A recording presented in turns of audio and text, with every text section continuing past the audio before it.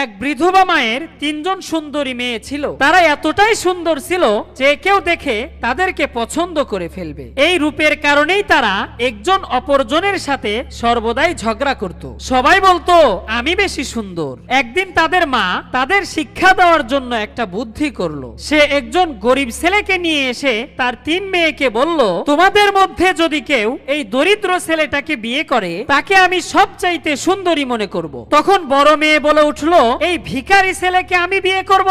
কখনো না। দ্বিতীয় মেয়ে বলল, মা তুমি কি পাগল নাকি? আমি তো কোনো বড় লোকের সন্তানকে বিয়ে করব। তখন ছোট মেয়ে বলল, মা তুমি যেটা ভালো মনে করো সেটাই করো। তোমার যদি মনে হয় এই ছেলে আমার জন্য উপযুক্ত, তাহলে আমার এই ছেলেকে বিয়ে করতে কোনো আপত্তি নেই। কয়েকদিন পর ছোট মেয়ের সাথে সেই ছেলের বিয়ে হলো। বিয়ের পর মা সেই ছোট্ট মেয়েটিকে ডেকে বলল, শোনো মা, ওই ছেলেটা কোনো ভিখারির ছেলে নয়, সে তার গ্রামের মধ্যে সবচাইতে বড় লোক ও ভালো ছেলে। বৃদ্ধা মায়ের কথা শুনে তার দুই বোন আশ্চর্য হয়ে গেল। তখন ছোট্ট মেয়ে অবাক হয়ে জিজ্ঞেস করলো, মা তাহলে ছেলেটা কেন ভিখারি সেজেছিল? মা বলল, এই নাটক আমি এই জন্য করেছিলাম কারণ ছেলেটা বলেছিল আমি এমন একজন মেয়েকে বিয়ে করতে চাই যার অন্তরটা হবে পুত ও পবিত্র এবং সুন্দর। বন্ধুরা, রূপ তো ক্ষণিকের, অল্প সময়ের জন্য, কিন্তু মনের সৌন্দর্যই মানুষের সত্যিকারের পরিচয়।